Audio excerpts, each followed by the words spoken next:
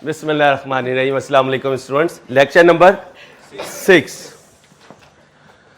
क्या कर रहे हैं हम? Intangible assets. ठीक है, एक हेडिंग उस दिन लेक्चर खत्म हो गया था, रह गई थी, cost of an internally generated intangible asset. कुछ बुक्स में इसके मुतालिक गलत लिखा हुआ है, हो जाती है मिस्टेक। कुछ लोग ये समझ रहे हैं जो प्रोडक्ट हम बना रहे हैं उसकी कॉस्ट नहीं मेरे बच्चों, जो एसेट हम इन हाउस बना रहे हैं ये उसकी कॉस्ट है। मसलन जरा टेंजिबल में चलते हैं। इनटेंजिबल एसेट से पहले टेंजिबल एसेट है और बिल्डिंग है, कंस्ट्रक्ट किया करता था, क्या लगता था उसमें? मटेरियल। फिर क्या लगता था? लेबर। फिर क्या लगती थी? एफओएच। फिर क्या लगता था? Borrowing cost. ठीक है, फिर क्या लगता था? ठीक है, वो सारी चीजें हैं। एक चीज डेप्रिसिएशन। शाबाश, गुड। बिल्डिंग बनाने में क्रेन्स यूज हुई। बॉयज जानते हैं वो बड़े बड़े मिक्सचर्स आते हैं जो सारे मटेरियल को मिक्स करते हैं। अगर वो आपका ओन्ड है तो वो डेप्रिशिएट हुआ। अब बिल्डिंग की कॉस्ट ऑफ कंस्ट्रक्शन में प्लांट एंड मशीन की डेप्रिसिएशन शामिल है। ये बात क्लियर है? इसमें किसी को कोई कंफ्यूजन है तो पूछ ले।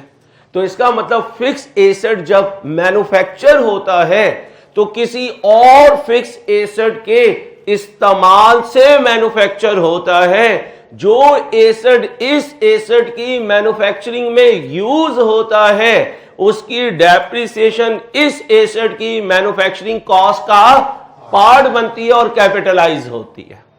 पार्ट बनती है और कैपिटलाइज होती है। थोड़ा सा और पीछे लेके जाऊंगा। इन्वेंट्री, इंट्रो वाले बच्चों को फौरन पता चल जाएगा। इन्वेंट्री, इसको एक्सपेंस बनाना दो तरीकों से होता है। एक, या तो ये इन्वेंट्री सेल हो जाए, फिर कहां जाएगी? Cost of. और अगर ये इन्वेंट्री फिक्स एसेट बनाने में कंज्यूम हो जाए तो ये फिक्स एसेट की कॉस्ट में शामिल हो जाएगी और एंट्री बनेगी fix asset debit, inventory credit. फिर जब ये फिक्स एसेट डेप्रिशिएट होगा फिर ये इन्वेंट्री वाला पोर्शन जो है एक्सपेंस आउट होगा। यही सीखा था। अब जरा जहन में रखें, पहला बात तो ये जहन में रखें, प्रोडक्ट बनाने की कॉस्ट नहीं चल रही, किसकी चल रही है? तो इसका मतलब यहां जो भी में कॉस्ट नजर आएगी वो इन हाउस फिक्स एसेट की मैन्युफैक्चरिंग में इस्तेमाल हुई। पढ़े जरा। The cost of an internally generated intangible asset comprises all directly attributable costs necessary to and to be capable of operating in the intended by। अच्छा, जब कोई एसेट खरीद कर लाते हैं तो उसकी बाइंग प्राइस होती है और उसमें ऐड कर देते हैं डायरेक्टली एट्रीब्यूटेबल एक्सपेंसेस। पहुंच गया अपनी इंटेंडेड लोकेशन और कंडीशन में। अब इसको डेबिट किया और बैंक को क्रेडिट किया, स्टोरी खत्म। लेकिन यहां क्या चल रहा है? In house. अब सुनिएगा इन हाउस की स्टोरी। इन हाउस की स्टोरी शुरू होती है रिसर्च से। एक्सपेंस आउट हो गई। फिर आया application of research, development phase. 6 criteria meet नहीं हुए, डेवलपमेंट एक्सपेंस डेबिट हो गई। 6 क्राइटेरिया मीट हो गए, कैपिटल वर्क इन प्रोग्रेस आ गया। अब ये फेज है कि इंटरनली जनरेटेड एसेट अपनी कंप्लीशन के करीब है। अब ये कॉस्ट उसमें लगना शुरू हो रही है। मसलन मेडिसिन का फॉर्मूला बन रहा है तो कुछ ना कुछ कॉस्ट ऑफ एंड यूज और in generating the intangible asset. फिर cost of as defined in, तुम्हारे सिलेबस में नहीं है। IS 19 तुम्हारे सिलेबस में नहीं है, लेकिन थोड़ा टच देकर चलूंगा। जब कभी एसेट अक्वायर हो, मैन्युफैक्चर हो, कंस्ट्रक्ट हो, तीन चीजें बोली क्या? इन तीनों एक्टिविटी में टीम के एम्प्लॉइज इन्वॉल्व होते हैं। उनको जो कंपनसेशन दोगे इस एसेट की वजह से, वो इस एसेट की कॉस्ट में ऐड होगा। यहां कॉन्सेप्ट चलेगा फिक्स कॉस्ट और वेरिएबल कॉस्ट का। क्या चलेगा?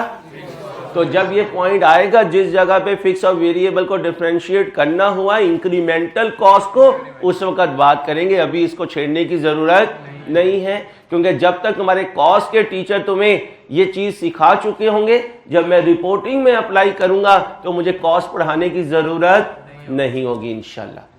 फी टू रजिस्टर, इसे लीगल चार्जेस वगैरह जो कहते हैं, एंड ये है पॉइंट जिसकी वजह से मुझे ये शीट दोबारा ओपन करनी पड़ी। Amortization of and that are used to generate the. अब यहां पर एक और पॉइंट ऐड कर लीजिएगा। सम टाइम इंटेंजिबल एसेट की मैन्युफैक्चरिंग में टेंजिबल एसेट भी यूज होता है। मसलन लेबोरेटरी है, साइंटिस्ट तो इंसान है, लेकिन जिन मशीन्स पे, जिन इक्विपमेंट पे वो काम कर रहा है वो टेंजिबल एसेट है। क्या है? और वो लेबोरेटरी में यूज होगा। कौन सा एसेट?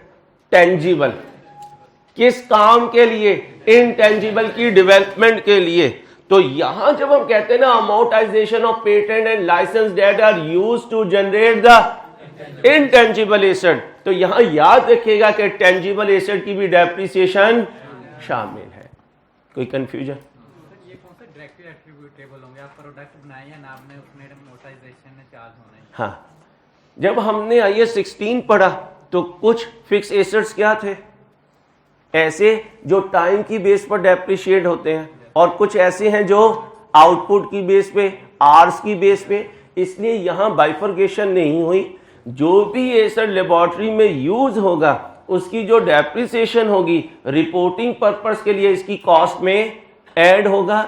यहां यह बात भी फाइनल हो गई कि इंटेंजिबल एसेट जब इन हाउस तैयार होगा तो उसकी कॉस्ट ऑफ मैन्युफैक्चरिंग में कुछ कैश एलिमेंट्स होंगे और कुछ नॉन कैश एलिमेंट्स होंगे। डेप्रिसिएशन नॉन कैश होगी, अमोर्टाइजेशन नॉन कैश होगी, और ये सारी कैश होंगी। अच्छा, यहां मैं तुम्हारी कॉस्ट का सहारा लूंगा।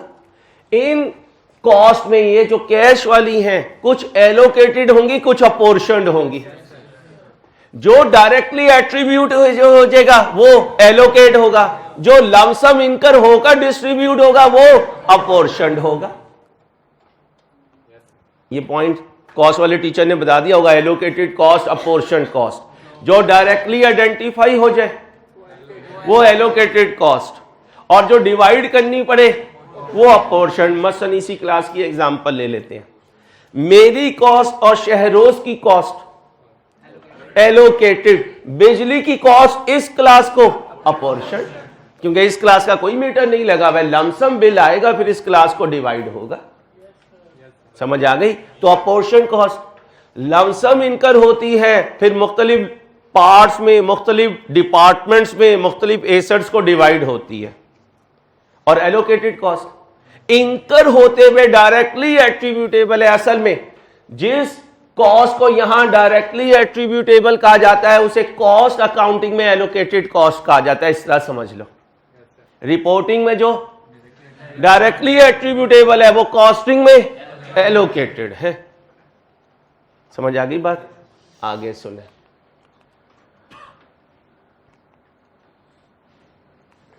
ये स्लाइड मिल जाएगी। सारे जो आपके इंटेंजिबल एसेट्स हैं उनकी डेफिनेशन मैंने आपको दे दी है ताकि कंफ्यूजन ना रहे कि कौन सा जो इंटेंजिबल है उसका क्या फंक्शन होता है। पढ़ने से ही पता चल जाएगा। थोड़ा थोड़ा सब में डिफरेंस है, जिसकी जो डिफ्रेंसिएशन है वो हमारे IAS 38 पर एप्लीकेबल नहीं है, क्योंकि यहाँ हमें सिर्फ पता चलता है कि हमने लाइसेंस ले लिया, फ्रेंचाइज ले लिया, तो ये हमारा क्या है? Intangible asset. यहां पर आ जाए रेजिडुअल वैल्यू। कल उधर से एक बच्चे ने सवाल किया था और मैंने कहा था बेटा रुक जाओ, कल बताऊंगा। IAS 16 में रेजिडुअल वैल्यू सिंपल है, जबकि IAS 38 में इसमें प्रॉब्लम है। इसकी प्रॉब्लम जो है वो इसकी अपनी इनहेरेंट कैरेक्टरिस्टिक है। किसकी? इंटेंजिबल एसेट की। टेंजिबल एसेट्स की ओपन मार्केट मिलती है, एक्टिव मार्केट मिलती है।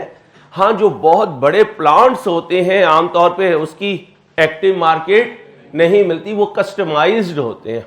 क्या होते हैं? कस्टमाइज्ड होते हैं। लेकिन ज्यादातर टेंजिबल एसेट्स की एक्टिव मार्केट मिल जाती है। इंटेंजिबल एसेट्स की इनहेरेंट कैरेक्टरिस्टिक है कि इनकी एक्टिव मार्केट नहीं होती, ये आमतौर पे यूनिक होते हैं। क्या होते हैं? यूनिक होते हैं। और यूनिकनेस जो है वो एक्टिव मार्केट से बाहर चली जाती है बात यूनिकनेस की। और टेंजिबल एसेट्स होमोजीनियस होते हैं। क्या होते हैं? और होमोजीनियस होने की वजह से उनकी एक्टिव मार्केट बन जाती है। ठीक है। अब रेजिडुअल वैल्यू एक्टिव मार्केट का पूछेंगे, या यस आंसर आएगा, या ज्यादातर केसेस में एक्टिव मार्केट नो आएगी।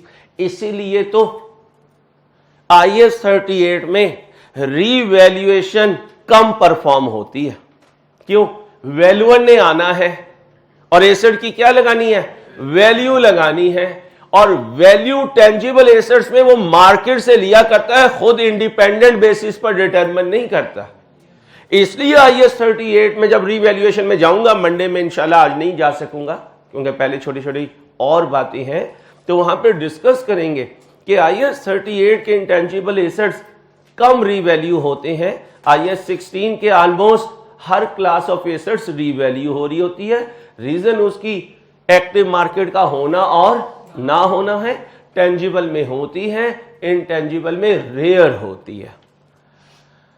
अगर एक्टिव मार्केट है जो रेयर है, बहुत कम एसेट्स की एक्टिव मार्केट होगी, तो फिर क्या लेंगे? एक्टिव मार्केट वैल्यू ले लेंगे रेजिडुअल वैल्यू के लिए। क्यों? इंटेंजिबल एसेट्स भी अमोर्टाइज होता है डेप्रिशिएबल अमाउंट पर। किस पर? अब याद करें IAS 16, depreciable amount is equal to cost minus residual value. तो वो कहता है अगर एक्टिव मार्केट है तो यहां से ले लेना और डेप्रिशिएबल अमाउंट की कैलकुलेशन में यूज करना, और अगर नहीं है तो क्या करना? चेक करना कोई कमिटमेंट तो नहीं की थर्ड पार्टी ने। मसलन ये अपना भाई अमीर आदमी है, मैंने कहा यार तुम अमीर आदमी हो, मेरे में तो कैपेसिटी नहीं है कि मैं नया एसेट बाय करूं। तुम जब अपना एसेट बेचने लगो तो ओपन मार्केट तो है नहीं, आप काइंडली वो एसेट मुझे देते ना, आज मेरे साथ डील कर लो। इसने कहा 5 साल के बाद मैं आपको दे दूंगा। तो इसका मतलब है इसे अपने एसेट के लिए क्या मिल गई? Residual value. किसने की कमिटमेंट? मैंने की, थर्ड पार्टी ने की। क्यों? क्योंकि इसके पास क्या नहीं है। अगर एक्टिव मार्केट है तो फिर थर्ड पार्टी की कमिटमेंट पे नहीं चलेंगे, किस पे चलेंगे? एक्टिव मार्केट पे। अब या तो थर्ड पार्टी कमिटमेंट मिल जाएगी या थर्ड पार्टी कमिटमेंट अगर मिल गई तो जो थर्ड पार्टी से वैल्यू मिल रही है वो रेजिडुअल वैल्यू, और अगर ना मिली तो जीरो। तो फिर रूल क्या बना? एक्टिव मार्केट है तो एक्टिव मार्केट वैल्यू, नहीं है तो जीरो। अगर नहीं है तो दूसरा क्वेश्चन अपने आप से पूछ लो, थर्ड पार्टी से कोई कमिटमेंट तो नहीं मिल रही। अगर कोई प्रॉमिस, कोई वादा मिल रहा है तो उसको रेजिडुअल वैल्यू ले लो, और अगर उससे भी वादा नहीं मिल रहा तो फिर मजबूरी है, क्या लेके चलो? इसलिए IAS 38 में उसने कहा है कि रेजिडुअल वैल्यू जीरो लेके चलोगे एक्सेप्ट अनलेस क्या मिल जाए, या फिर अनलेस थर्ड पार्टी से। इसका मतलब वो भी प्री अजम्पशन लेकर चल रहा है कि IAS 38 के इंटेंजिबल एसेट्स की हमें रेजिडुअल वैल्यू नहीं मिल सकेगी। हम क्या लेकर चलेंगे? जीरो लेकर चलेंगे। ये बाकी सारे एक्सेप्शनल केस हैं। क्योंकि कैलकुलेशन में पॉइंट आ सकता है, इसलिए मैं हर वो चीज बनाए जा रहा हूं जिससे मेरे पास पेपर या आने वाले पेपर्स में मुझे प्रॉब्लम ना हो इंशाल्लाह। रेजिडुअल वैल्यू यूजफुल लाइफ के बाद जब हम सेव करें वो होती है? जी वही होती है। लाइफ खत्म होती है नहीं, लीगल लाइफ पे तो रेजिडुअल वैल्यू नहीं होती। लाइफ जब एंड होती है तो उस वक्त ताल्लुक होता है, क्योंकि लीगल लाइफ जो है वो दो पार्टी के कॉन्ट्रैक्ट पे डिपेंड करती है। नहीं, इकोनॉमिक लाइफ कुछ और होती है। सुनो बच्चों, IAS 16 नहीं, इंट्रो में जाना पड़ेगा। कहां जाना पड़ेगा? इंट्रो में। एक होती है इकोनॉमिक लाइफ, एक होती है यूजफुल लाइफ। एक एसेट अपनी पूरी लाइफ में जितना इस्तेमाल हो सकता है वो होती है उसकी इकोनॉमिक लाइफ। बिजनेस उसे कितने टाइम के लिए इस्तेमाल करने में इंटरेस्टेड है उसे कहते हैं उसकी यूजफुल लाइफ। इसलिए तो एक एसेट मैंने 5 साल इस्तेमाल किया, टैक्स पढ़ लिया या पढ़ रहे हो? पढ़ रहे हो। अज्यूम करता हूं तुम टैक्स के उस लेवल पे चले गए हो जहां पाकिस्तान में कार्स की useful life tax department allow कर देता है 5 साल। कितने? अब मुझे बताएं, क्या नई गाड़ी लूं तो 5 साल के बाद वो एक्सपायर्ड हो जाती है? नहीं होती। इसका मतलब टैक्स वालों ने कितना क्राइटेरिया रख दिया? अब ये है useful life of tax purposes. और अक्सर गाड़ियां तो 20-25 साल भी चल रही होती है, जो वो है उनकी इकोनॉमिक लाइफ। और हमने इसे डेप्रिशिएट करना है उसकी यूजफुल लाइफ में, जितने टाइम के लिए मैं बेनिफिट एक्सपेक्ट कर रहा हूं। 5 साल बाद की होगी या 25 साल बाद की? ये वाली, ये जब यूजफुल लाइफ की डेफिनेशन में जाते हैं तो वो जाते हैं जो हमने यूज करनी हो। इसलिए मसलन ये एसेट है, मैं कहता हूं कि मेरी इंटेंशन है इसको 10 साल यूज करने की। अब मैं इस जैसा एसेट लूंगा जो 10 साल पुराना हो और उसकी मार्केट से वैल्यू लगाऊंगा, जो उसकी मार्केट वैल्यू लगेगी वो इसकी रेजिडुअल वैल्यू होगी। तो अपने हिसाब से देखते हैं, इकोनॉमिक लाइफ के हिसाब से नहीं देखते। क्यों? डेप्रिसिएशन एक एस्टीमेट है और ये एस्टीमेट मैं अपने लिए लगा रहा हूं। अपने लिए लगा रहा हूं तो कौन सी वैल्यू लेकर चलूंगा? जो मैं इंटेंडेड हूं। ठीक है। अब यहां से आप बताएंगे तूने ये गलती की है, पहले सिर्फ हेडिंग आनी चाहिए थी, फिर एंट्री आनी चाहिए थी। अब जब मैं ये क्लिक करूंगा ना तो नरेशन भी आ जाएगी, एंट्री भी आ जाएगी। अब मैं बोलता हूं, नेक्स्ट टाइम के लिए ध्यान रखना। जी भाई, in house internally generated asset बनाने में मैं इंटरेस्टेड हूं, मैंने रिसर्च की, एंट्री बताएं। ओके हो गया। रिसर्च फेज से पॉजिटिव वाइब्स आ गई, नेक्स्ट फेज में आ गया। मैंने डेवलपमेंट शुरू की लेकिन अभी 6 कंडीशन क्राइटेरिया मीट, एंट्री बोले। अच्छा, ICAP की बुक्स में भी और पास पेपर में भी ICAP दोनों को मिलाकर भी लिख देते हैं, गलत नहीं है, रिसर्च एंड डेवलपमेंट। अच्छा, इधर भी ये वर्ड यूज हो सकता है और इधर भी, जब तक क्या कर रहा हूं? एक्सपेंस आउट कर रहा हूं, क्राइटेरिया मीट नहीं हो रहा। क्राइटेरिया मीट हो गया और डेवलपमेंट कॉस्ट इनकर की। अच्छा, मैं तुम्हारे MCQs बना रहा था कि आज मैंने कौन से MCQs तुम्हें होमवर्क में देने हैं। एक पॉइंट ध्यान में रखिएगा, ये पेंसिल ना कर बेटा। अपनी ICAP बुक में MCQs में जब बोल रहे हैं ना डेवलपमेंट एक्सपेंडिचर, क्या बोल रहे हैं? दोबारा बोले। तो वो ये समझ रहा है कि 6 कंडीशन मीट हो गई। क्या वर्ड बोल के? Capital expenditure. और जब तक एक्सपेंस बोल रहा है तो क्या समझ रहा है? मैं एक्सपेंस आउट करूं। एक MCQ में उसने ये पॉइंट लिया। इन एडवांस इसलिए बता के चलूंगा ताकि अल्टीमेटली हमें टेस्ट किसने करना है? ICAP ने। किसने टेस्ट करना है? और इंट्रो वाले बच्चे जानते हैं, इंट्रो में भी कुछ बातें बताई थी कि बेटा इंट्रो में ऐसे ही होगी, जब FR1 में जाओगे तो चेंज हो जाएगा। जैसे बैड डेट की रिकवरी, अदर इनकम है FR1 में, FR2 में अदर इनकम है, लेकिन इंट्रो में बैड डेट एक्सपेंस को क्रेडिट करते थे। जिन्होंने इंट्रो नहीं पढ़ी परेशान हो गए, यार पता नहीं कौन सी विलायत के दर्जे पे हैं ये बच्चे, अपने जैसे ही हैं भाई इंशाल्लाह। और FR1 पास हो जाए तो इंट्रो उसमें वैसे ही छुप जाती है। FR1 पास से इंशाल्लाह कोई बच्चे से ये नहीं पूछेगा तूने इंट्रो पढ़ी थी या नहीं पढ़ी थी। ठीक है, अब दुआ क्या करो? FR1 पास हो जाए। और दुआ करने के अंदाज ये है कि हम अपने अल्लाह को साथ लेकर चलें, अकेले में अपने अल्लाह से बात करें और उसे बताएं अल्लाह तुझे नहीं तो पता नहीं, अगर खुदा ना खास्ता कुछ प्लस माइनस हुआ तो लोग तारीफ देंगे। ठीक है, और अब्बा जी पहले ही कह चुके कि अब मैं फी देने की पोजीशन में नहीं हूं, बाबे हो गए, खुश अक्ल कर लो। शेव भी करवानी, अब्बा नहीं यार, ठीक है। तो थोड़े से क्या हो जाओ, बड़े हो जाओ और सेल्फ फाइनेंसिंग की तरफ जाओ। किसकी तरफ? हाँ, लेकिन जेन्युइन तरीके से। आगे चलो। When intangible capital work in progress transferred to, अब क्या करेंगे, इंटेंजिबल एसेट और capital work in progress credit. आगे सुनना, ये सब करवा चुका हूं। इंटेंजिबल एसेट खरीदूंगा तो इस पे डायरेक्टली एट्रीब्यूटेबल एक्सपेंस इनकर करूंगा तो intangible asset debit, bank credit, क्योंकि उसे एक्सपेंस आउट नहीं करना। हाँ, अगर नॉन डायरेक्टली एट्रीब्यूटेबल एक्सपेंसेस होंगे तो उन्हें एक्सपेंस आउट करूंगा और कैश या बैंक को क्रेडिट करूंगा। When purchased in process R&D, तो फिर इंटेंजिबल CWIP को डेबिट करूंगा और बैंक को क्रेडिट करूंगा। और जब इसे लेकर आ जाऊंगा तो IAS 38, जब तक रिसर्च करूंगा और जब रिसर्च खत्म हो गया डेवलपमेंट में जाऊंगा। अमोर्टाइजेशन की कल एंट्री कर ली थी, क्या थी? आज मैं आने लगा कहां? इम्पेयरमेंट पे। कहां आने लगा?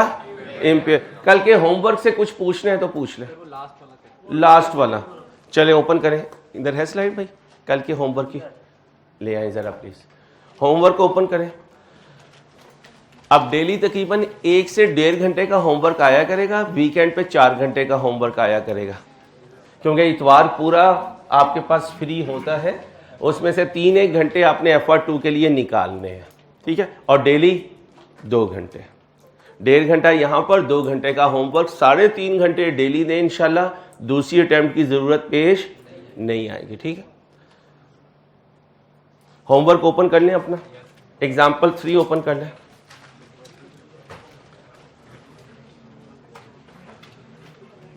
ओपन कर लें प्लीज।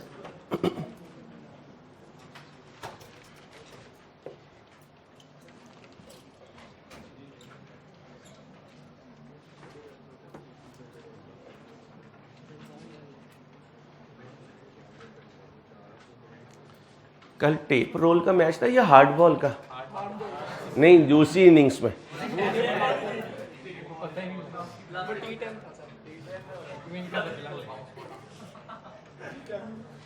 अच्छा, बच्चे भी इतने समझदार हो गए। कुछ बच्चों ने इंट्रो में कल ही कह दिया था, सर ये मैच तो आज हमने हारना ही है, वरना सीरीज का जो फायदा जो है वो खत्म हो जाएगा। आओ बेटा,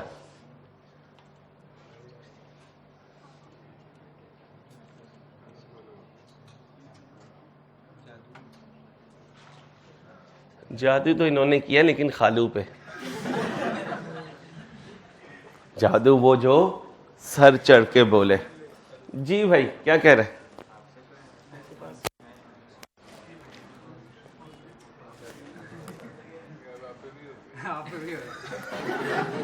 ये तो मेरे पे भी हो गया भाई। अच्छा, इधर है।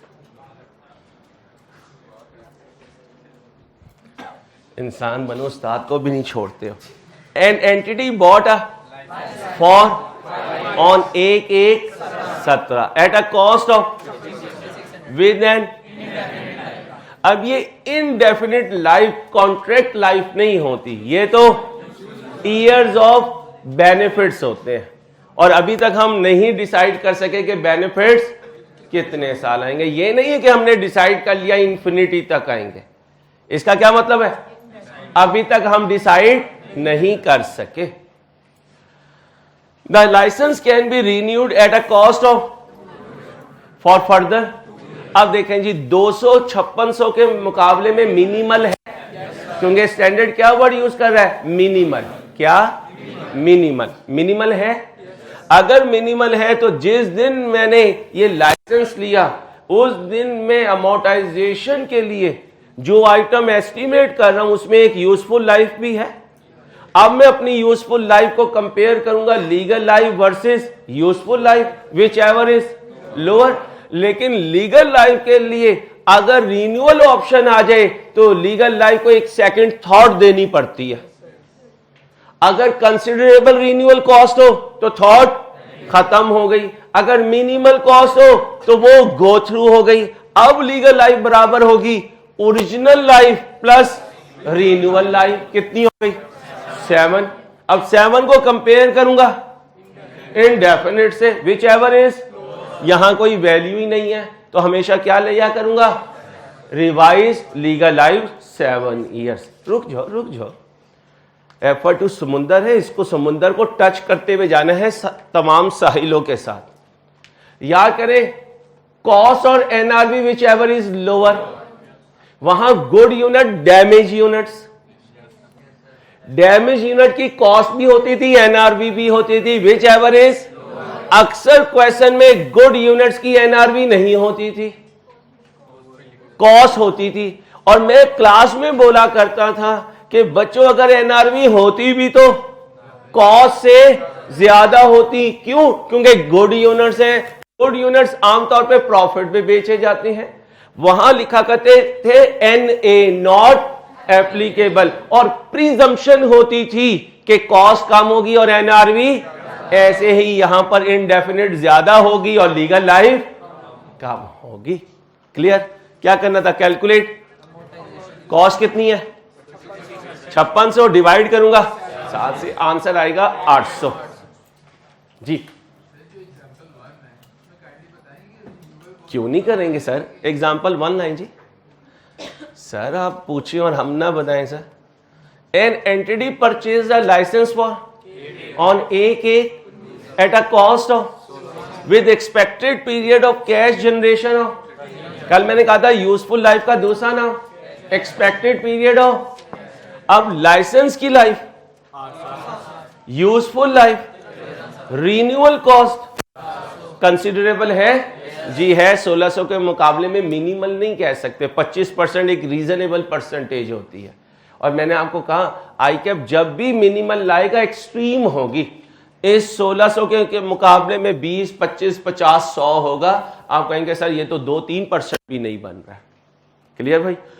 अब मिनिमल है नहीं है, क्या कंपेयर करूंगा 13 और 8 विच एवर इज, क्या लेके चलूंगा 8। क्लियर भाई? एग्जाम्पल 2 भी कर ही ले। क्लासिफिकेशन इंडेफिनेट वाली है, उसकी कोई एग्जांपल नहीं। इनडेफिनेट की एग्जांपल रियल लाइफ में नजर ही नहीं आएगी, क्यों? क्योंकि आप उसकी लाइफ को क्या नहीं कर सकते, डिफाइंड ही नहीं किया है। और लीगल लाइफ तो होगी, तो हमने लीगल लाइफ से ही किया। एक मिनट भाई, तीसरी सामने करना फ्रंट पर, ये है ना, तो हमने तो कहा है हम मोटाइजेशन चार्ज करेंगे। इसका मतलब हर केस में मोटाइजेशन चार्ज होगी, तो लीगल लाइफ तो होगी जिस तरह का। नहीं, क्वेश्चन आया, सुने ना, क्वेश्चन आया और लीगल लाइफ क्वेश्चन में है ही नहीं। मसलन आपने इन हाउस फार्मूला डेवलप कर लिया, अब आपने किसी से तो नहीं लिया। लीगल लाइफ तो सिर्फ वहां होगी जब आप किसी से कॉन्ट्रैक्ट करेंगे, और जब किसी से कॉन्ट्रैक्ट करेंगे वो इन हाउस नहीं होगा। इन हाउस की भी 2 कैटेगरी, बेटा प्लीज पढ़ाने देना, ऐसा मजा नहीं आता। इन हाउस की 2 कैटेगरी थी, वो 5 जो हमने आइडेंटिफाई किए वो इन हाउस है तो कैपिटलाइज ही नहीं हुए, तो अमोर्टाइजेशन आउट ऑफ क्वेश्चन हो गई। आपका कोई फॉर्मूला है, आपका कोई डिजाइन है, इन्होंने इन हाउस डेवलप हुए और अभी तक आप सर्टन नहीं है कि इन्हें कोई लाइफ असाइन कर सकें। अब ये क्या है इनडेफिनिट, और इसकी लीगल लाइफ नहीं है, इसको अमोर्टाइज। इसलिए सुबह जो आप कह रहे थे वो बात एप्लीकेबल नहीं होगी कि हमेशा लीगल लाइफ होगी। समटाइम क्वेश्चन में लीगल लाइफ, और अगली बात सुन ले, लीगल लाइफ सिर्फ जब होगी जब आप किसी से कॉन्ट्रैक्ट करके लेकर आओगे। परचेज का वर्ड नहीं बोलना, क्योंकि अगर परचेज कर लिया तो कंट्रोल आपके हाथ में आ गया, अब ये चीज वापस नहीं जानी। कॉन्ट्रैक्ट कुछ और है और परचेज करना कुछ और है। आगे चल सकता हूं। हेडिंग बनाई इंपेयरमेंट ऑफ एसेट। मैंने कहा था 16 रिवाइज करके आना। ईमानदारी से बताएं, ईमानदारी शर्त है, रब्बुल अव्वल का महीना है, अपनी नूरानियत खराब नहीं करनी है आपने।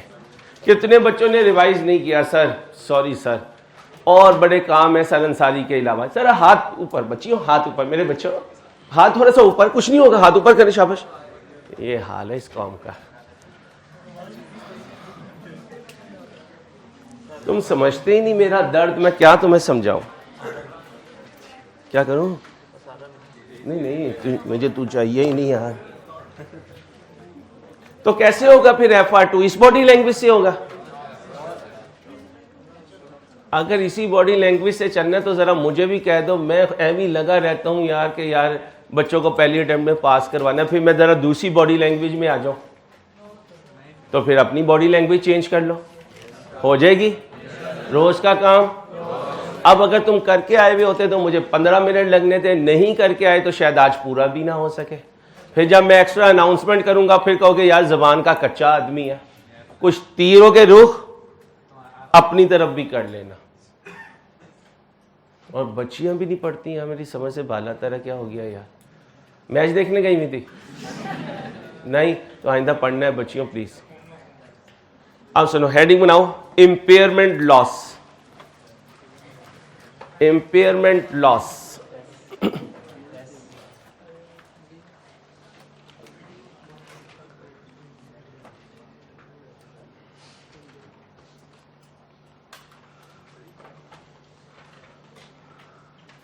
क्या था इंपेयरमेंट लॉस?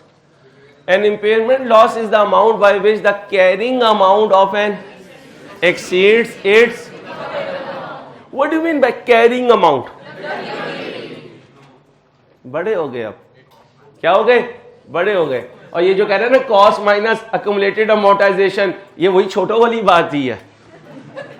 सुनो, कैरिंग अमाउंट का मतलब जिस वैल्यू पर एसेट हमारी बुक्स में है।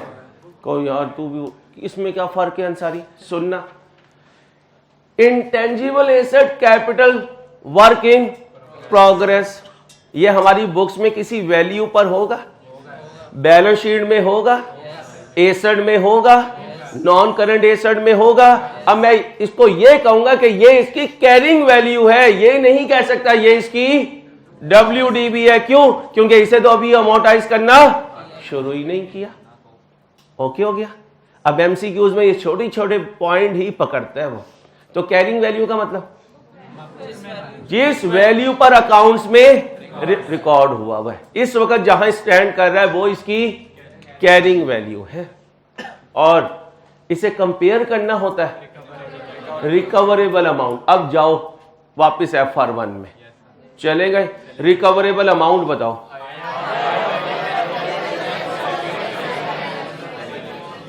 Higher of value in versus less cost to which ever is, इसे कंपेयर करेंगे कैरिंग अमाउंट से। इसलिए ये गलत कॉन्सेप्ट है कि जो एसेट अमोर्टाइज हो वो इंपेयर होता है। इवन आपका कैपिटल वर्क इन प्रोग्रेस भी इंपेयर हो सकता है। तो पहली हेडिंग बनाए, इंपेयरमेंट ऑफ इंटेंजिबल एसेट अपने रजिस्टर पे। इसके दो विंग्स बनाए, इसके दो विंग्स बनाए। हर चीज बोर्ड पे स्लाइड पे नहीं होगी बेटा, ये ध्यान में रखिएगा।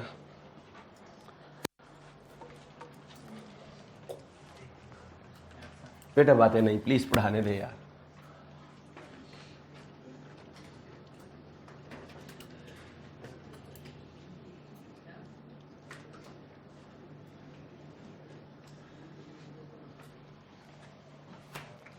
इंटेंजिबल एसेट क्या सीख रहे हैं इसकी? इंपेयरमेंट। और ये तीसरा रजिस्टर भी घुमाना नहीं है, इंशाल्लाह CFAP में ये तीनों रजिस्टर काम आएंगे। ठीक है, तीन होंगे ना, इंट्रो FR1 और FR2। CFAP में ये तीनों काम आएंगे इंशाल्लाह। निकालनी है, मैंने CFAP के भी अपने नोट्स जब पढ़ाया करता था, टेंशन नहीं लेनी है आपने। कौन सी मैम?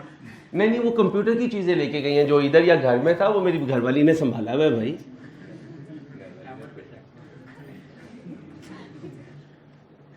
अहमद को इसलिए मैंने घर चाय पे नहीं बुलाया, मेरी चीजें ना उठा ले।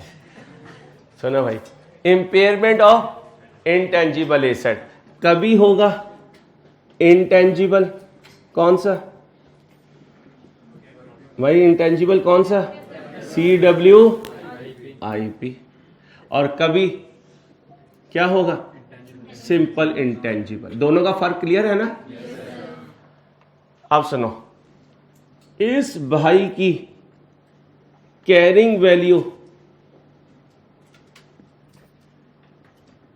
सिंपल होगी। क्यों सिंपल होगी? ये अभी तक अमोर्टाइज होगा ही नहीं। और मैं अज्यूम करूं पहली इंपेयरमेंट होने लगी है। क्यों? क्यों? याद करें IAS 16 बैलेंस शीट में शो होगा cost less accumulated depreciation less accumulated impairment losses. तो पहले मैं सिखाऊंगा फर्स्ट इनिशियल इंपेयरमेंट और फिर मंडे से ऑनवर्ड सिखाऊंगा आपको सब्सिक्वेंट इंपेयरमेंट।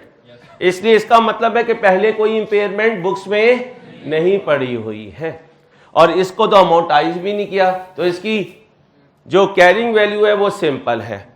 यहां आ जाए, यहां कैरिंग वैल्यू होगी और अगर अभी इंपेयरमेंट नहीं की तो इसकी कैरिंग वैल्यू बराबर होगी कॉस्ट माइनस अकुमुलेटेड इंपेयरमेंट, नहीं बल्कि अमोर्टाइजेशन, अकुमुलेटेड अमोर्टाइजेशन। यहां तक किसी ने कुछ पूछना है तो पूछ ले। ओके, अब इसको कंपेयर करना है लेस, बोलो, रिकवरेबल अमाउंट। किससे? Recoverable amount. और यहां भी लेस रिकवरेबल अमाउंट।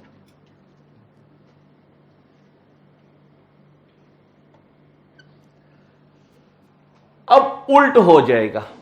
क्या उल्ट हो जाएगा? सुनना, एमसीक्यूज के पॉइंट ऑफ व्यू से बता रहा हूं।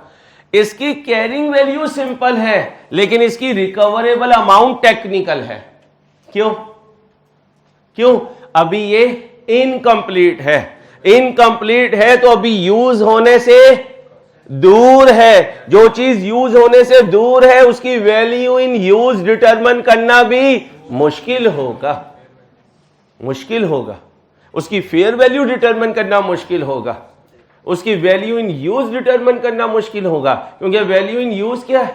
Present value of future benefits. एक अपनी लाइफ के यहां CWIP में है और एक रेडी टू यूज होकर 2-4 साल से अमोर्टाइज हो चुका। कौन ज्यादा कॉन्फिडेंट होगा अपनी वैल्यू डिटरमिन करने में? ये ओके हो गया। अगर कैरिंग वैल्यू 100 है और रिकवरेबल अमाउंट 85 है, इंपेयरमेंट हो गई कितने की? अब ये है इंपेयरमेंट लॉस। यार ये पेंसिल ना कर मेरे बच्चे प्लीज, 10-15% मेरा आउटपुट खराब हो जाता है, ठीक है। और अगर ये है 200 और ये है 170, कितनी की आ गई? 30 की इंपेयरमेंट आ गई, इंपेयरमेंट लॉस। यहां कोई इशू है तो पूछ लो बेटा। या तो इंपेयरमेंट लॉस होगा या इंपेयरमेंट गेन नहीं होगा, याद रखिएगा, क्योंकि लॉस आ सकता है, गेन नहीं आ सकता। और जिस दिन हम इंपेयरमेंट चेक करते हैं उसको क्या कहते थे FR1 में? Measurement date. क्या कहते थे? Measurement date. और हमारी कैलकुलेशन में वो T0 हुआ करेगा। क्या हुआ करेगा? क्योंकि यहां खड़े होकर हमने डिसीजन लेना है, तो जो कुछ इसकी वैल्यू इन यूज की आगे की चीजें हैं उन्हें डिस्काउंट करके यहां लेकर आना है। यहां तक कोई इशू?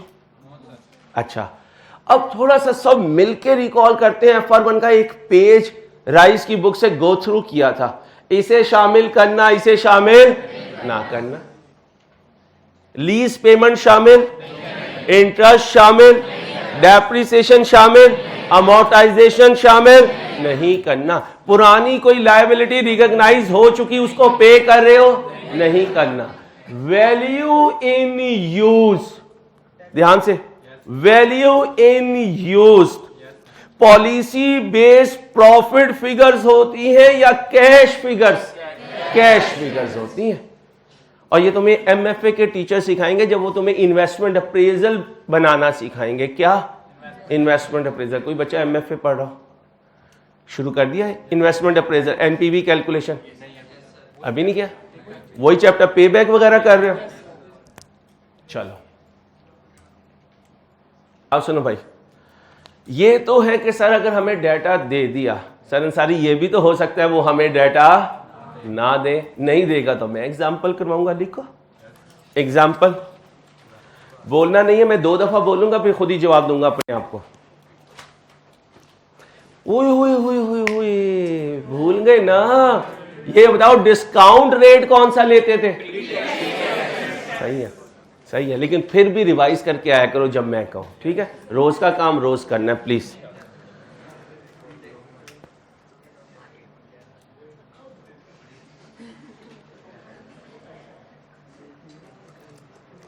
वो कहते हैं टूटा दिल जो है ना वो बड़ा खतरनाक होता है। टूटा दिल बड़ा खतरनाक होता है, और टूटा दिल बहुत कुछ ऐसा कर जाता है जो वो समझता है कि जुड़ा हुआ होता तो ना कर पाता। आप खुद सोचो, किसी दिन अहमद क्वालिफाई करके कहे यार कौन अंसारी, दिल टूटेगा ना मेरा। ऐसे ही दिल मेरा टूटा है पिछले कई सालों में। मैंने यहां बिठा के बच्चों को तैयार करवाया, पेंसिल दी, रजिस्टर दिया, चल बच्चे ऐसे पढ़ाना है इंट्रो तूने, ऐसे पढ़ाना है तूने FR1 और ऐसे पढ़ाना है तूने FR2। अब वो बंदा कहे कौन अंसारी, तो भी गुस्सा चलेगा ना। बस यही टूटा दिल होता है, ठीक है? इसलिए किस पे छोड़ देना है? अल्लाह पे। किस पे? अल्लाह पे। जो अल्लाह पे छोड़ देता है, अल्लाह उसका हामी और नासिर हो जाता है, फिर अल्लाह पकड़ लेता है उसे। इसलिए तो कहते हैं उनसे ना डरो जो अपना बदला लेना जानते हैं, उनसे डरो जो अपना मामला अल्लाह पे छोड़ देते हैं, फिर अल्लाह उनके लिए आ जाता है, ठीक है? और हमेशा किसको लेके चलना? अपने अल्लाह को। और किससे शिकायत करोगे? अपने अल्लाह से। अपने अल्लाह से, मेरे अल्लाह मेरे साथ ये हो रहा है, अब तू बता तू मेरे लिए क्या करेगा। और अकेले में अल्लाह से बात करो तो अल्लाह से जवाब आता है। इंसान को महसूस हो रहा होता है यार कोई मेरी बात सुन रहा है, लेकिन शर्त तन्हाई है। और कौन सी तन्हाई? रात की तन्हाई। इसलिए सबसे कीमती नमाज कौन सी है? तहज्जुद की। अल्लाह से बातें करो, अल्लाह हमें इंशाल्लाह उस नमाज की पक्की तौफीक दे दे इंशाल्लाह। लिखो जी एग्जाम्पल। आज वीकेंड है, 9:30 हो गए भाई, टाइम का पता नहीं चलता कहां गया यार। लिखो भाई example. Mister Ansari has a formula. ओए होए होए होए, mister Ansari has a formula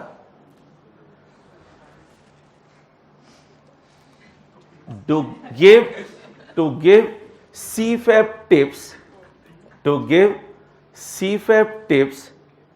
his old students,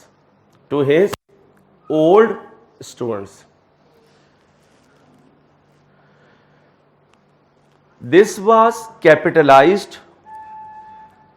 was capitalized in the past. This was capitalized in the past. On 1/1/18, on 1/1/18,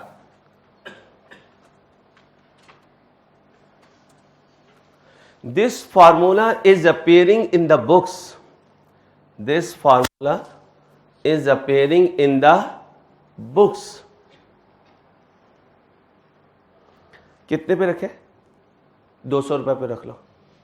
चल नहीं 200 कम हो जाएंगे, फिर कहीं प्रेजेंट वैल्यू नेगेटिव में ना चली जाए। 2 लाख रख लो, ₹2 लाख। कब है ये? ब्रैकेट में लिखे at cost. accumulated amortization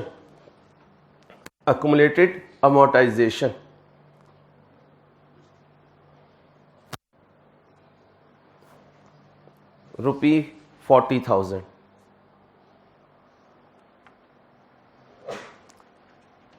This formula was, क्या हुआ भाई साहब? This formula was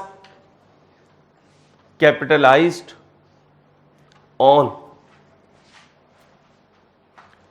This formula was capitalized on 1/1/16. On 1/1/16.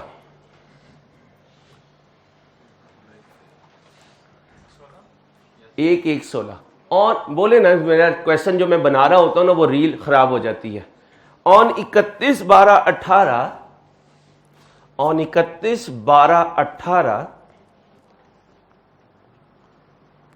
Mr. Ansari decided to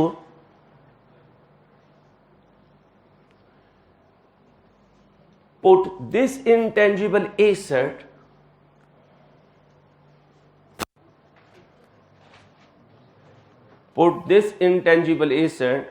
for impairment test.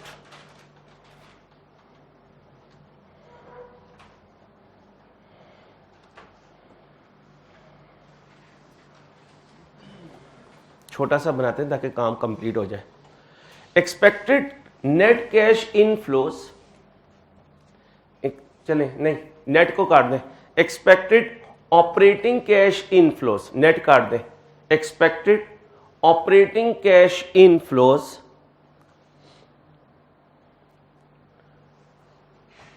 From the intangible asset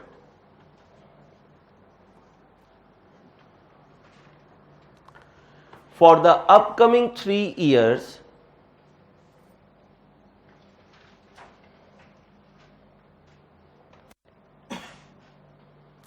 result के लिए सूरह यासीन पढ़ा करो 7 मुबीन के साथ। बहुत मुजर्रब नुस्खा है, बहुत मुजर्रब। हमेशा रिजल्ट के पेपर देके ना, एग्ज़ाम देके मैं पढ़ा करता था जब तक रिजल्ट नहीं आता था। अल्हम्दुलिल्लाह कभी फेल नहीं हुआ। तो इसलिए मुबीन के साथ 7 मुबीन का वजीफ़ा सबको पता है। वापस 8 दफ़ा जो है सूरह यासीन पूरी करनी है। असर से मगरिब के दरमियान में पढ़ा करें और अल्लाह से अकेले में मांगा करें। पेपर जैसा मर्जी हुआ वह हो, आप यकीन करें जब अल्लाह राज़ी हो जाए ना और अल्लाह फैसला कर ले तो वह एग्जामिनर पे भी पर्दे डाल देगा, चेक करने वाले पे भी पर्दे डाल देगा, जो लिस्ट बना रहे हैं उनकी आंखों के भी पर्दे डाल देगा। क्योंकि अल्लाह की ताकत में राई के दाने के बराबर भी कमी नहीं आई। अल्लाह वही है, अपनी पूरी ताकत के साथ है। हमने लेने के तरीके चेंज कर दिए। अल्लाह अमल की तौफीक दे। इसलिए रिजल्ट के लिए भी अल्लाह से मांगते रहो। कहाँ पहुंचे? Upcoming 3 years। रुपी 80,000, 75,000, 70,000। पहले साल कितना है? 80। दूसरे साल और तीसरे साल 70,000। Operating cash outflows for the 3 years। Operating cash outflows for the 3 years 10,000, 15,000, 20,000।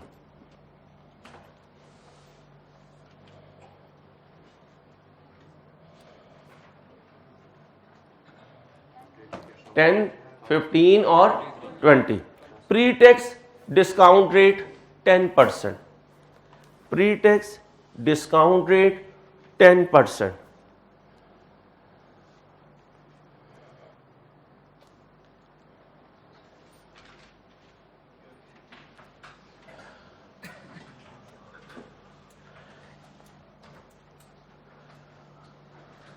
A company has contacted Mr. Ansari. A company has contacted Mr. Ansari showing its interest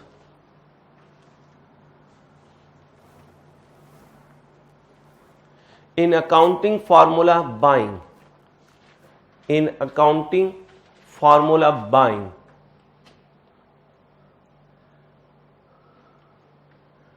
At a price of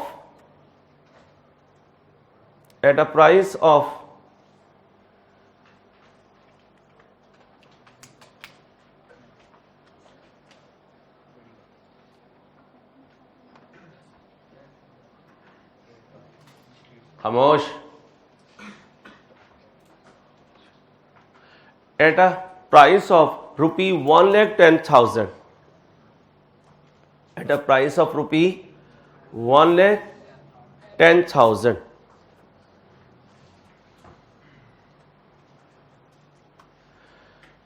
and Ansari expect selling cost rupee 5,000, rupee 5,000.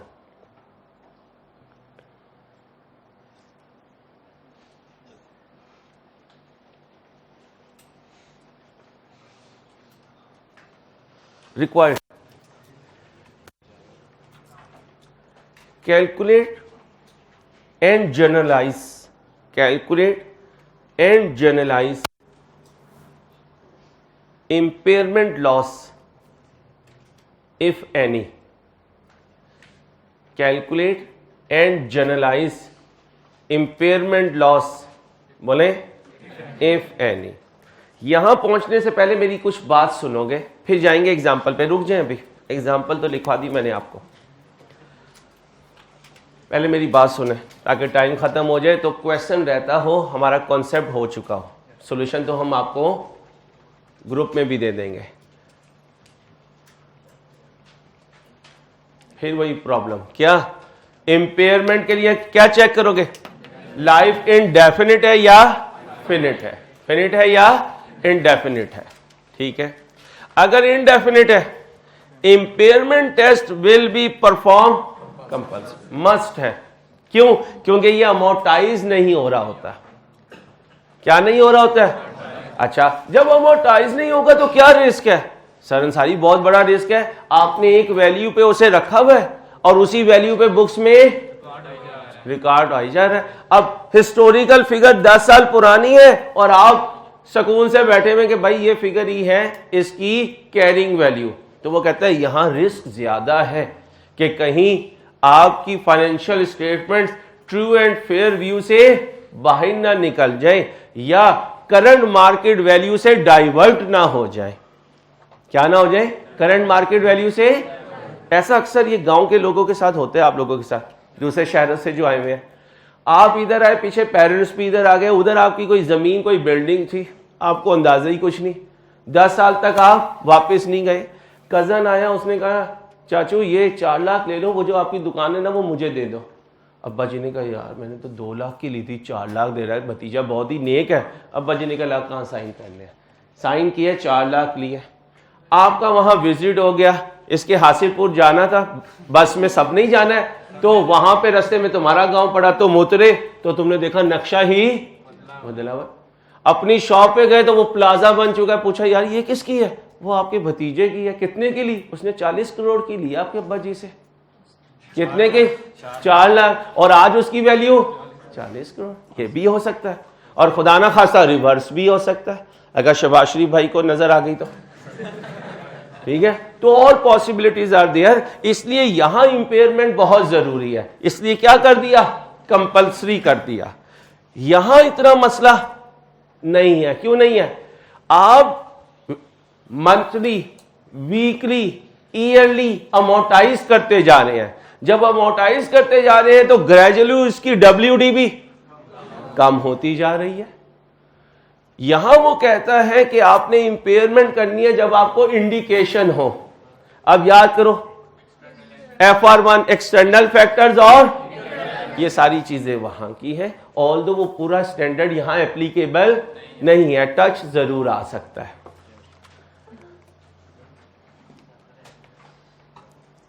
ये जो मैंने रखा हुआ है ये homework में रखो, छुपा दो इसे.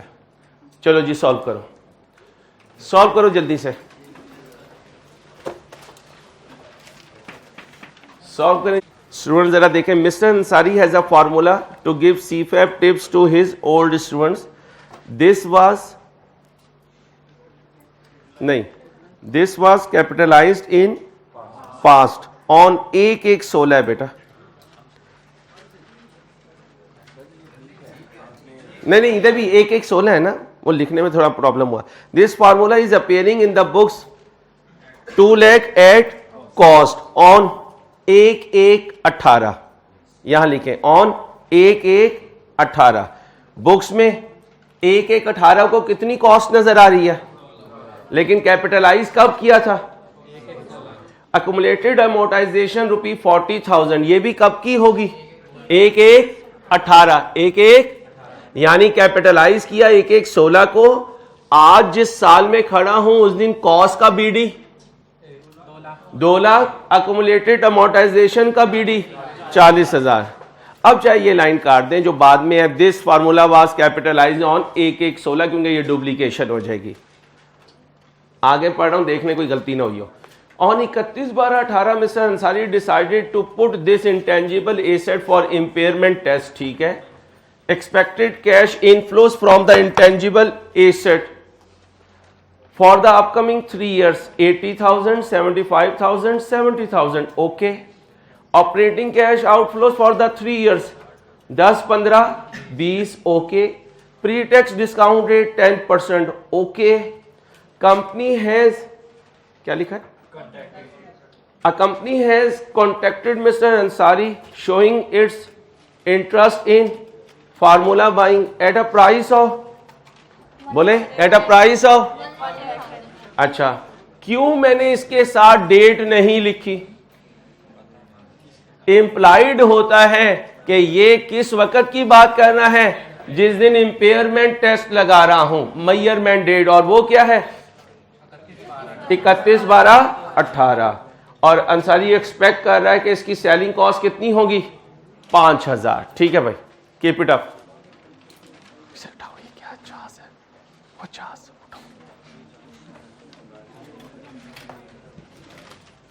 जी, फेयर वैल्यू में से माइनस करूंगा ना, तो ये जो 1,10,000 मुझे ऑफर आ रही है, ये क्या है, मेरे एसेट की फेयर वैल्यू।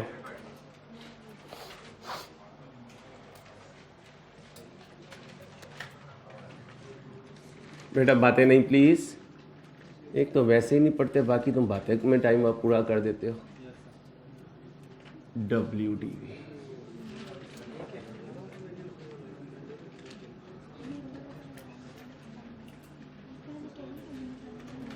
बच्चियों लड़ना नहीं है प्लीज।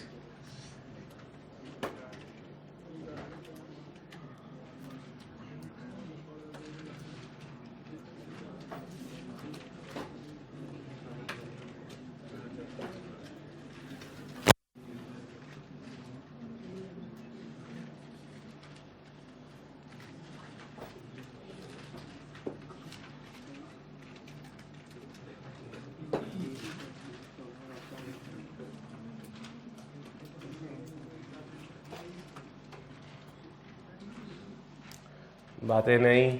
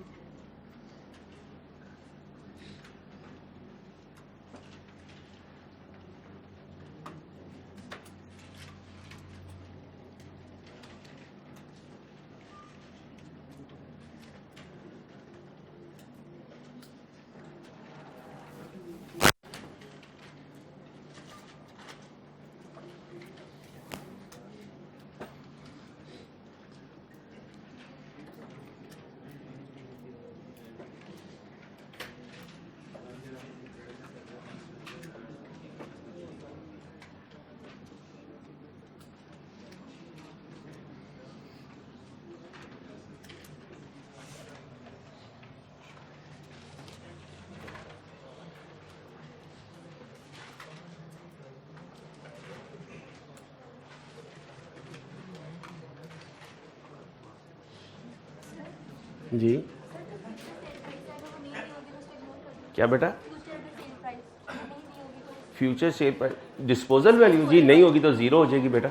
और वैसे भी इंटेंजिबल की रीसेल वैल्यू ज़्यादातर जीरो होती है, इसलिए मैंने इसको इग्नोर करवाया, रेजिडुअल वैल्यू इग्नोर करवाई है। बोर्ड पे ना देखो, मैंने आंसर कुछ नहीं लिखना, मैं सिर्फ अपना फॉर्मेट बना रहा हूँ, 2 नंबरी कर रहे हो, जल्दी करो।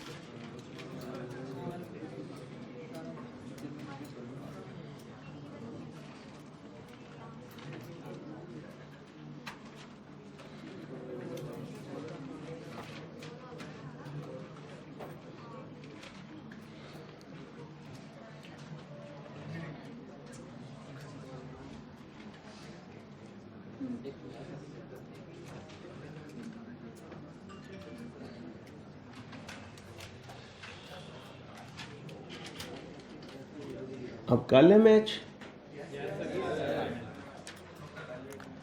पहले ये बताओ, मिन्नत समाजत से आए थे या खुश दिली से आए थे? ये खुद आए थे या हमने रिक्वेस्ट की थी? पहले 5 मैच थे, पिछले साल आए नहीं ना वो न्यूजीलैंड। बस फिर इन्हें ये सीरीज दे के भेजेंगे जैसे ऑस्ट्रेलिया को दी थी।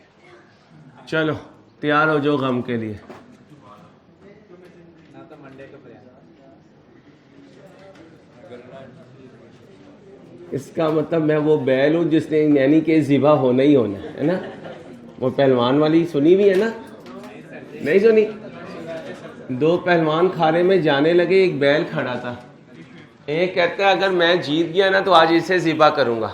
दूसरा कहता है अगर मैंने आज तुझे हरा दिया ना तो मैं इसे ज़िबा करूँगा। बैल रोना शुरू हो गया। उसने कहा तू क्यों रोता है? कहता दोनों में से कोई भी जीते छुरी तो मेरी गर्दन पे ही चलनी है। जीता तो तुम कहोगे यार जीत की खुशी में खिला, हार गया तो तुम कहोगे तुमने प्रेडिक्ट किया था अब इसलिए खेला। चलो ये तो हमने सोचा। आप पठान हो, आप कैसे सोच सकते हो? क्या हो गया खान यार, ये तो इम्प्लाइड था पहले ही। खान माइंड तो नहीं करते हो, इंसान बना।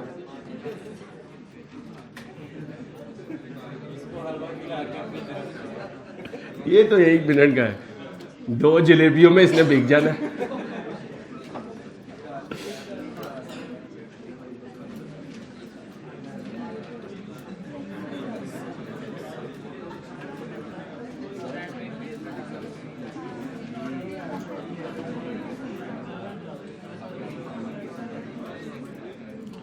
जी भाई शुरू करूं?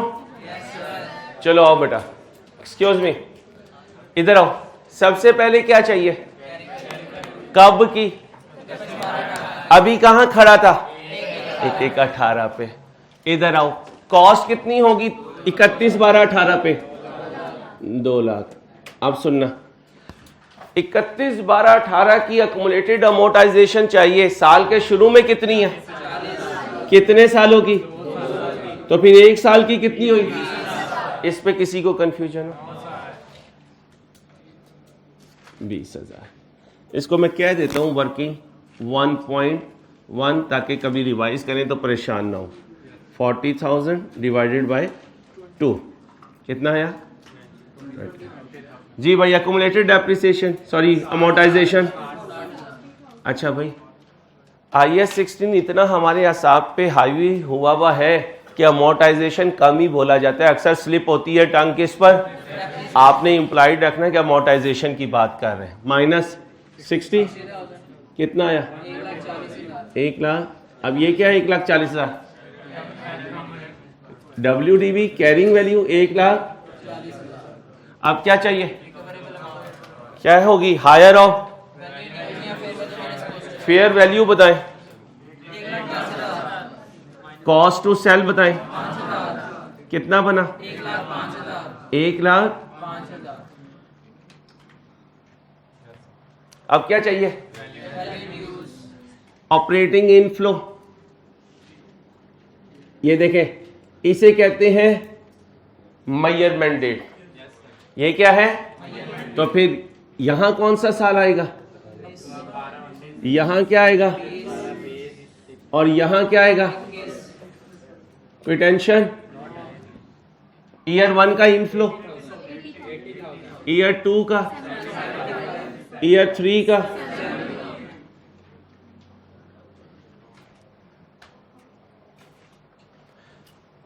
दोस्त आपका कोई सवाल? हेजिटेट नहीं करना सर, फ्लो में होते मैं इसलिए रोक लेता हूं। मेरे पास बहुत टाइम है F2 में, ठीक है, जितना मर्जी पूछे। Operating outflow next. पता है ये कौन सी कॉस्ट है? ये तुम्हें बिरयानी खिलाने वाली कॉस्ट है। हाँ ये देखो, operating cash inflow using the formula of CFAM।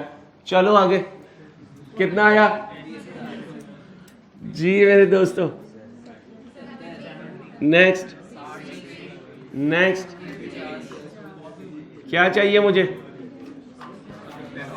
Discount factor, इसका पॉइंट सुनो, जो बच्चे डिस्काउंट फैक्टर का फार्मूला भूल चुके हैं, 1 + r raise to the power. अच्छा, जब आगे जाऊंगा तो एक एनविटी का कॉन्सेप्ट भी दूंगा और एनविटी फैक्टर भी बताऊंगा। क्यूएम में पढ़ा हुआ है लेकिन फिर भी हम रिवाइज कर लेंगे क्योंकि some time constant cash flow भी आ सकते हैं। करो मल्टीप्लाई। एक बच्चा या बच्ची बोले 63660। नेक्स्ट बच्चे 63।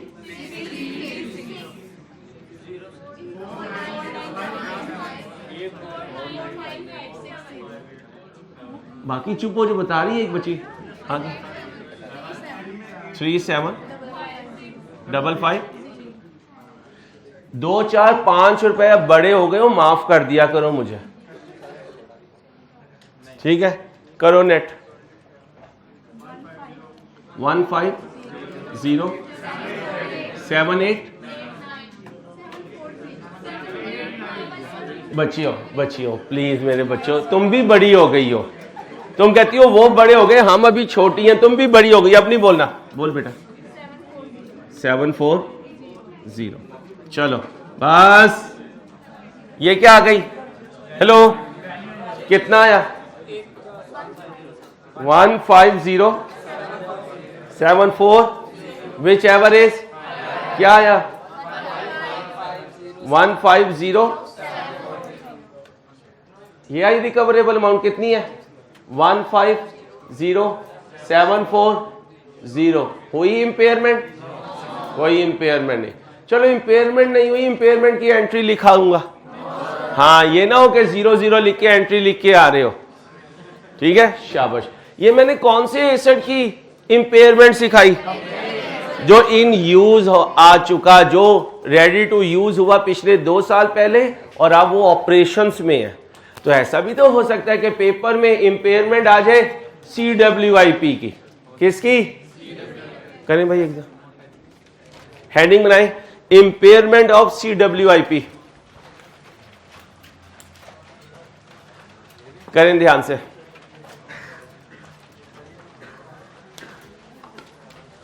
बेटा काम करें प्लीज, बातें नहीं करनी।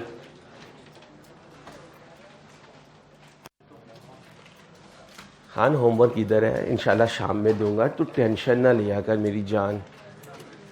आगे तेरा गम इतना बड़ा है कि मैं तुझे कुछ कह भी नहीं सकता। भाई आज तक जितना पढ़ा दिया ये टेस्ट का सिलेबस है,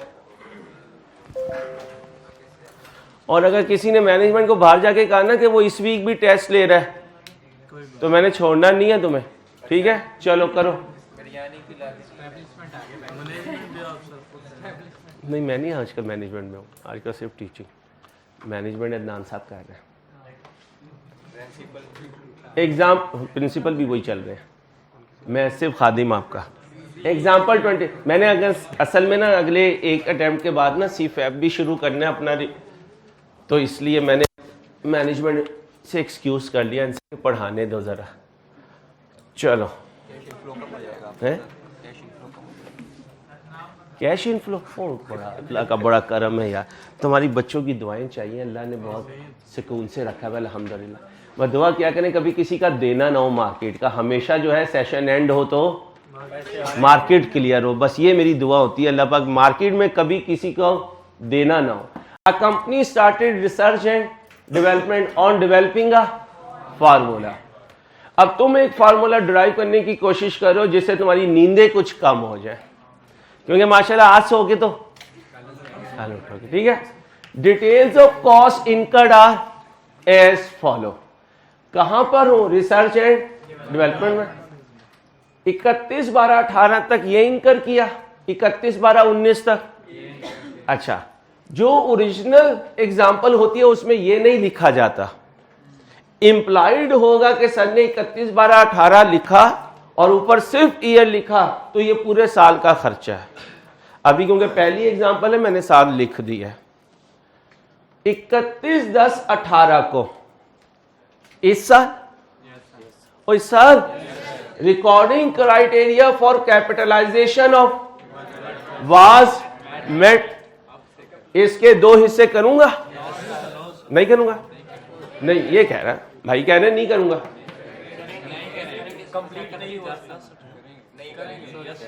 ओ पागल, पार्टी बदल चुका है, पीछे मुड़ के देख जरा। ओ भाई 31/10 है भाईजान, कहां से लास्ट डेट है? जागे। 10 महीनों के बाद क्राइटेरिया मीट, तो दूसरे लफ्जों में 10 महीनों तक क्राइटेरिया मीट नहीं मीट हुआ तो रिसर्च है, एक्सपेंस है, नाम है रिसर्च है। इसे क्या करूंगा? 10/12 और फिर अलहदा क्या? 2,40,000 ज़रब 2/, ये कहां जाएगा? एक्सपेंस में। ये कहां जाएगा?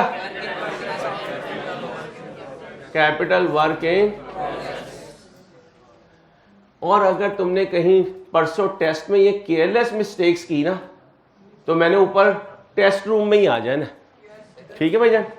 अब सुनो, जब 1/1/19 की कॉस्ट इनकर होना शुरू हुई तो तुम्हारी बैलेंस शीट में CWIP था या नहीं था? 10/12 कितना बनाई है? तो ये 2 लाख तो एक्सपेंस आउट हो गया। ये बच्ची कह रही है नो। हाँ बेटा, ये एक्सपेंस हुआ मेरे बच्चे, ये एक्सपेंस हुआ है। और ये 2/12 ये कितना बना? ये कहां पड़ा हुआ है? बैलेंस शीट बनी होगी तो एसेट में आया होगा। कितना आया होगा?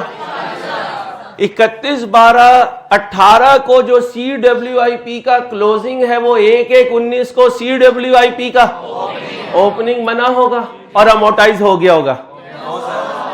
शाहपुर कांजरा से तो पूछना था। ऐसे बकरे भी होते हैं जो सालों साल अपने मालिक के पास पड़े रहते हैं। चलो, एंड में वो कहता है चल यार तू आजा, मेरी सास आई है, मैं खिलाता हूं हासिलपुर से। 1/1/19 से 31/12/19 तक कितना? कुछ ले जाऊं एक्सपेंस में? नहीं। कहां लेके जाऊं? कैपिटल वर्क इन प्रोग्रेस में। कितना बना? 2 लाख। अब ये टोटल कितना हो गया? 2 लाख। इसे कोई नाम दो 2,40,000 को। ये तो दे दिया आज के टॉपिक के हिसाब से।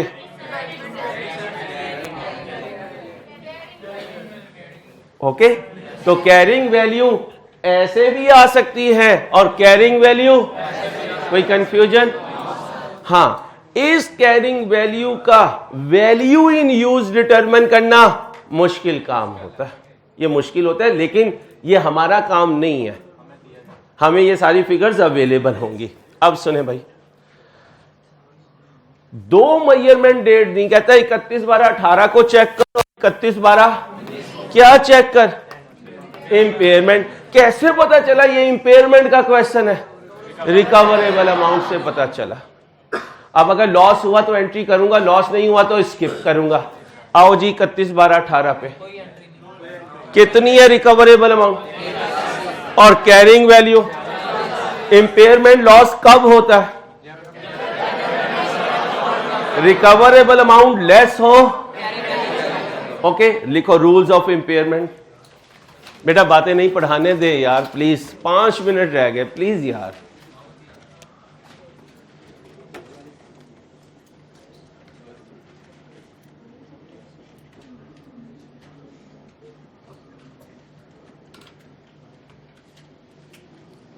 रूल्स ऑफ इंपेयरमेंट क्या रूल है? इफ बेटा बातें नहीं, रिकवरेबल अमाउंट लेस देन, बोलो जी, carrying amount, less than carrying amount.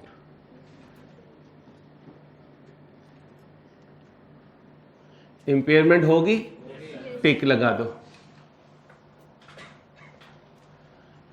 If recoverable amount equal और ओ भाई इक्वल और ग्रेटर देन कैरिंग अमाउंट। अब होगी इंपेयरमेंट? अब इंपेयरमेंट नहीं होगी। इंपेयरमेंट की एंट्री क्या थी FAR 1 में? अब बताएं जी, हुई इंपेयरमेंट? नहीं हुई। पहले ये कॉपी करें, क्योंकि मुझे एंट्रीज पास करनी है। उसने क्या कहा है भाई, क्या कहा है? Prepare general entries for 18 and. अब कोई बच्चे क्या कहेंगे, 18 में कोई एंट्री नहीं होगी। गलत आंसर है। 18 में इंपेयरमेंट की एंट्री नहीं होगी। उसने कहीं कहा कि इंपेयरमेंट की एंट्री लिखो? उसने तो कहा 18 की एंट्री लिखो। तो 18 में तो ये भी हुआ है, 18 में ये भी हुआ है। ये दोनों एंट्रीज तो आएंगी। क्या नहीं आएगी? इंपेयरमेंट। क्लियर? आ जाओ, इधर लिख देते हैं। सॉल्यूशन इधर बना देते हैं एग्जाम्पल 2 का।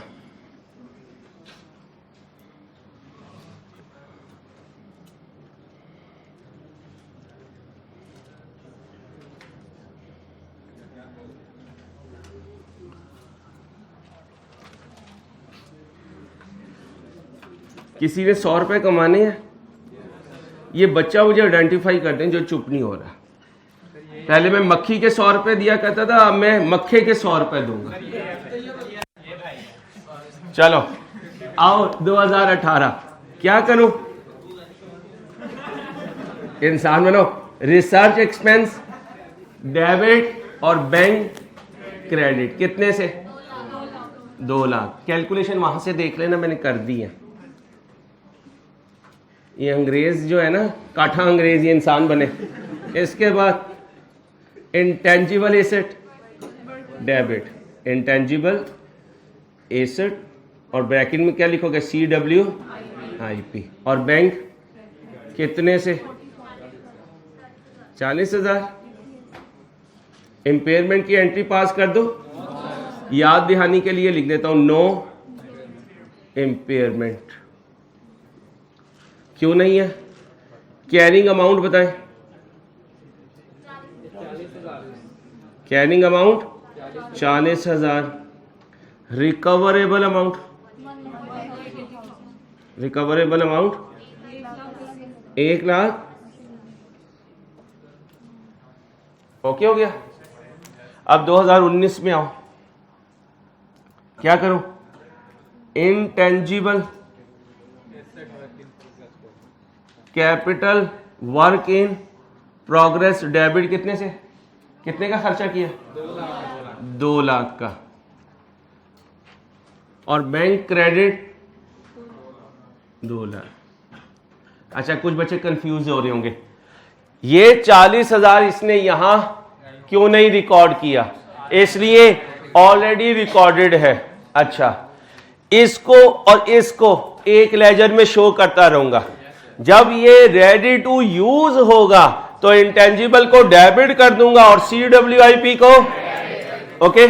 चलो इधर आओ। अब क्या करूं? Impairment loss, impairment loss debit और अकुमुलेटेड इंपेयरमेंट लॉस क्रेडिट। जल्दी की चीज की है भाईजान। इसके बाद एक और क्वेश्चन है, आगे चले। कैरिंग अमाउंट, कितना गुस्सा चढ़ता है ना मेरे पे तुम लोगों का। कैरिंग अमाउंट बताओ। 2,40,000। अब क्या चाहिए? कैरिंग अमाउंट 240 की पहले डिटेल बताओ। 40,000 जमा 2 लाख, क्योंकि 40,000 CWIP का BD था, उसमें 2 लाख ऐड हुआ। अब इसे कंपेयर करूंगा। लेस रिकवरेबल अमाउंट कितनी है जी? 2,20,000 माइनस करो, बाकी बचा 20,000। इसकी एंट्री क्या होगी? इंपेयरमेंट लॉस डेबिट और अक्यूमुलेटेड इंपेयरमेंट लॉस। पक्का? अच्छा, अब अगली बात सुनो, सुन लो। हर हफ्ते को ध्यान से सुन के जाया करो। पहला होमवर्क ये है कि 6 लेक्चर्स रिवाइज करने हैं। पहला फेस हो गया। दूसरा फेस, आई कैप की बुक का चैप्टर नंबर 1 इंटेंजिबल एसेट पढ़ना है। अच्छा, पढ़ते पढ़ते विलायत के दर्जे पे नहीं पहुंचना, उसमें भी कुछ चीजें मैंने आपके साथ डिस्कस नहीं की, आपने भी उन्हें नहीं छेड़ना। वेबसाइट डेवलपमेंट ये भी आपका एरिया नहीं है, 2 दिन इस पे लगेंगे, अभी मैंने इसको बिल्कुल टच नहीं किया। अच्छा, दिल चाहे तो सब्सिक्वेंट मेजरमेंट पढ़ लेना। क्यों? उसमें क्या है? कॉस्ट मॉडल, ये करवा दिया कॉस्ट मॉडल। दूसरा क्या है? रीवैल्यूएशन मॉडल, IS 16 में किया हुआ है। अगर थोड़ी सी रीडिंग कर लोगे तो जब मैं मंडे ट्यूसडे में करवाऊंगा तो तुम्हें फायदा हो जाएगा, अगर टाइम हो। अगर समझे नहीं सर टाइम नहीं है, पहली बड़ी मसरूफियत है, तो ना पढ़ना। फिर ये 2 काम कर लिए, फिर रात गए तक मेरे होमवर्क का इंतजार करना है। वो होमवर्क आएगा क्योंकि पहले बनाऊंगा, बनाकर कंपोज करवाऊंगा, फिर ग्रुप में पोस्ट करूंगा। कल पूरा दिन आपने 3 घंटे लगा के वो होमवर्क ट्राई करना है। वो होमवर्क में ही आपका टेस्ट छुपा हुआ होगा। अगली बात, सब्र। अल्लाह के फजल से तकरीबन 80% चैप्टर मुकम्मल हो चुका। आई कैप की बुक खोलनी है और जाकर MCQs ट्राई करने हैं, लेकिन कब? लेक्चर रिवाइज करने के बाद, बुक रीड करने के बाद और होमवर्क करने के बाद। जिस MCQ को पढ़ते हुए लगे यार इसमें ऐसी टर्म है जो सर ने नहीं बताई, इसका मतलब ये अगले वीक का काम है, उसको स्किप कर दीजिएगा। ओके हो गया? अब जाने का क्या लोगे? एक मिनट रुको, ऊपर पास पेपर रखवाऊंगा मंडे मॉर्निंग में, वो लेकर आने हैं या फिर क्लास के बाद ले लीजिएगा मंडे में। जाएं। अल्लाह हाफिज।